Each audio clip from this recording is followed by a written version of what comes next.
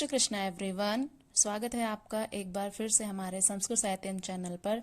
आज की इस वीडियो में हम लोग गर्भ गीता ज्ञान के बारे में बात करने वाले हैं और साथ ही साथ हम यह भी जानेंगे कि जब एक गर्भ में आत्मा का प्रवेश होता है तो किस प्रकार से वह परमात्मा से उसका संबंध स्थापित होता है, और जब वह आत्मा इस संसार में जन्म लेती है तो कैसे वह धीरे धीरे करके परमात्मा को भूल जाती है और इस संसार के मोह और माया में पड़ करके उस परमात्मा को भूल जाती है, और किस प्रकार से उसका परमात्मा के साथ संबंध विच्छेद हो जाता है। तो इन सब बातों पर हम लोग आज चर्चा करेंगे। तो चलिए प्रारंभ करते हैं आज के इस वीडियो। दोस्तों, गर्भ गीता एक अत्यंत दुर्लभ और रहस्यमयी ग्रंथ है जो मानव जीवन की उत्पत्ति, आत्मा के स्वरूप और जन्म से पूर्व की चेतना के विषय में ज्ञान प्रदान करता है।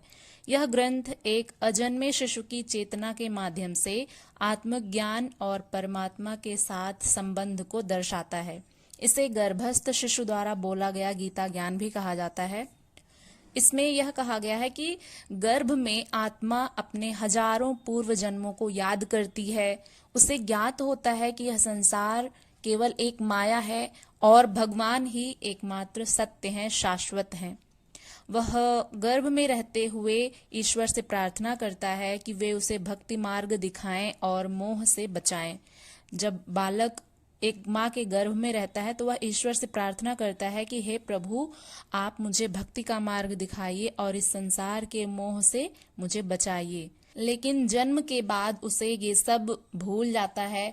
जैसे ही बालक जन्म लेता है, माया उसे घेर लेती है। वह अपने पूर्व ज्ञान को भूल जाता है कि वह परमात्मा के साथ किस प्रकार से गर्भ में रहते हुए बातें किया करता था, उसके साथ कैसा संबंध था। और जैसे ही उसने जन्म लिया, माया उसे घेर लेती है और वह अपने परमात्मा के साथ के संबंध को भूल जाता है।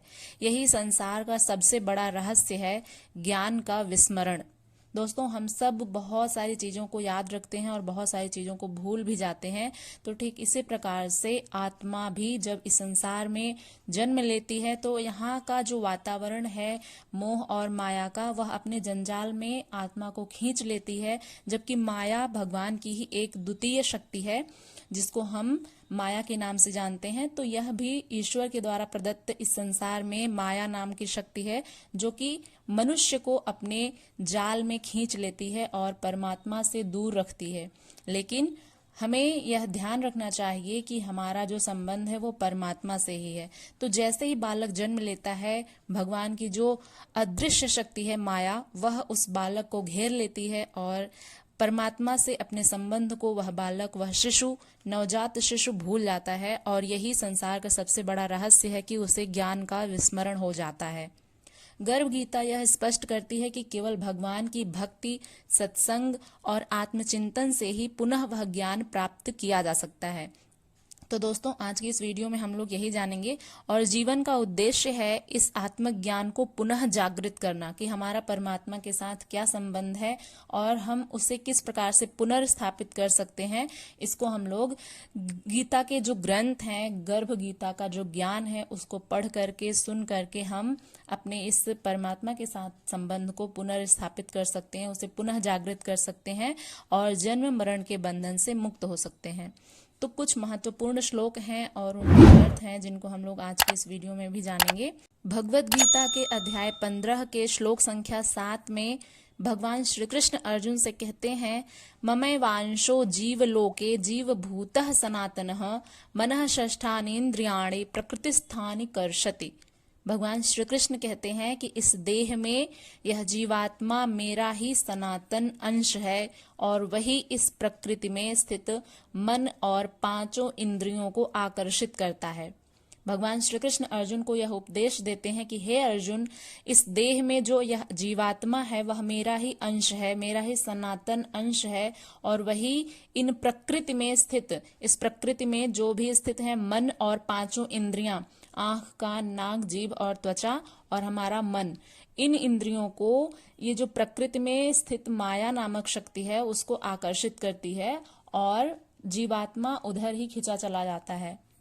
तो इस श्लोक का यही अर्थ है कि भगवान श्री कृष्ण कहते हैं कि हे अर्जुन, इस जीव में, इस शरीर में जो जीव विद्यमान है, जो आत्मा विद्यमान है, वह मेरा ही अंश है अगला जो श्लोक है भगवत गीता का वो इस प्रकार से है, नाहम देहो न मे देहो जीवो हम विनाशिच, अर्थात मैं यह शरीर नहीं हूँ और न ही यह शरीर मेरा है, मैं अविनाशी आत्मा हूँ।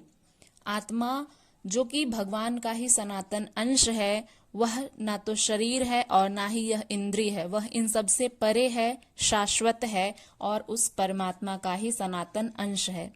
गर्भ गीता हमें क्या सिखाती है? गर्भ गीता से हमें यह सीख मिलती है कि आत्मा अनादि है और अविनाशी है। जन्म लेने से पहले भी आत्मा चेतन होती है। मानव जीवन का उद्देश्य केवल सुख सुविधा नहीं, आत्मज्ञान और मुक्ति है। लेकिन मनुष्य इस सृष्टि में जन्म लेते ही उसे केवल अपने शरीर की जो सुख सुविधाएं हैं उसे ही दिखाई देती हैं, केवल उन्हीं के लिए वह प्रयासरत रहता है और उन्हीं सुख सुविधाओं को प्राप्त करने के लिए कार्य करता है। जबकि मनुष्य का जो जन्म है वह आत्मज्ञान हेतु होता है और इस मानव शरीर से मुक्ति पाने के लिए होता है। और भगवत गीता में गर्भ गीता जो ज्ञान है उसका, वो हमें यह सिखाती है कि भगवान की भक्ति ही एक सच्चा मार्ग है जिससे हम इस शरीर से मुक्त हो सकते हैं और उस परमात्मा से जो हमारा संबंध विच्छेद हो गया है उसे पुनर्स्थापित कर सकते हैं। दोस्तों, यहाँ पर यह प्रश्न उठ सकता है कि क्या गर्भ गीता का जो ग्रंथ है वो प्रमाणित है? तो गर्भ गीता किसी प्रमुख वेद या उपनिषद का हिस्सा नहीं है, लेकिन यह कुछ पुराणों और संत परंपराओं में उल्लेखित दर्शन के रूप में पाई जाती है। इसे आमतौर पर एक अलौकिक अनुभूति या ध्यान में प्राप्त ज्ञान के रूप में प्रस्तुत किया जाता है। भगवत गीता के 4थे अध्याय का 9वां श्लोक, जिसमें भगवान श्री कृष्ण जन्म कर्म के बारे में बताते हैं, वे कहते हैं, जन्म कर्म च मे दिव्यम एवं यो वेत्ति तत्वतः त्यक्त्वा देहम पुनर्जन्म नैति मामेति सोऽर्जुन। अर्थात भगवान श्री कृष्ण कहते हैं, हे अर्जुन, जो मेरी जन्म कर्म की दिव्य प्रकृति को तत्वतः समझ लेता है वह शरीर त्यागने के पश्चात पुनर्जन्म नहीं लेता, बल्कि मुझे ही प्राप्त होता है। यहाँ पर कहने का भाव यह है, भगवान श्री कृष्ण अर्जुन से कहते हैं कि हे पार्थ, जो व्यक्ति मेरी जन्म कर्म की दिव्य प्रकृति को तत्वतः यानी तत्व से समझ लेता है कि यह जन्म और मरण का चक्र क्या है, जन्म क्यों होता है और भगवान श्री कृष्ण का जो अवतार है वो किस लिए हुआ था, उनको जो जान लेता है वह व्यक्ति शरीर त्यागने के पश्चात उस व्यक्ति की यदि मृत्यु हो जाती है तो भी वह पुनर्जन्म नहीं लेता है, बल्कि मुझे ही प्राप्त हो जाता है, यानी वह भगवान श्री कृष्ण को प्राप्त हो जाता है, वह उन्हीं में ही विलीन हो जाता है। ऐसा भगवान श्री कृष्ण स्वयं भगवत गीता के 4थे अध्याय के 9वें श्लोक में अर्जुन से कहते हैं। श्रीमद् भगवत गीता के अध्याय 8 के श्लोक संख्या 15 में भगवान श्री कृष्ण अर्जुन से पुनः कहते हैं, मामुपेत्य पुनर्जन्म दुःखालयम् अशाश्वतम् न आप्नुवन्ति महात्मानः संसिद्धिं परमाम गताः। अर्थात हे अर्जुन, परम सिद्धि को प्राप्त महात्मा जन मुझको प्राप्त होकर दुखों के घर एवं क्षणभंगुर पुनर्जन्म को नहीं प्राप्त होते हैं। कहने का भाव यह है, भगवान श्री कृष्ण कहते हैं कि जो मेरा यानी जो परमात्मा को प्राप्त होते हैं, जो मुझे प्राप्त होते हैं, वे दुख से भरे अस्थायी जन्म मृत्यु के संसार से मुक्त हो जाते हैं। जो परमात्मा को प्राप्त हो जाएगा वो भला क्यों इस संसार में पुनः जन्म लेगा, वो तो जिसे प्राप्त होना था, क्योंकि एकमात्र गंतव्य तो वही होता है, प्रत्येक मनुष्य का एकमात्र गंतव्य होता है कि परमात्मा की प्राप्ति। तो जिस व्यक्ति को परमात्मा की प्राप्ति हो जाती है वो भला इस जन्म मृत्यु के चक्र में क्यों पड़ेगा। तो वही बात यहाँ पर भगवान श्री कृष्ण कहते हैं कि जो मुझे प्राप्त होते हैं वे दुख से भरे अस्थायी जन्म मृत्यु के संसार से मुक्त हो जाते हैं। महात्मा पुनर्जन्म से परे परम सिद्धि को प्राप्त होकर उसमें ही स्थिर रहते हैं। जो महात्मा जन होते हैं वे जन्म मरण के चक्र से परे होकर के परम सिद्धि को यानी मुझे प्राप्त होकर के मुझ में ही स्थिर रहते हैं।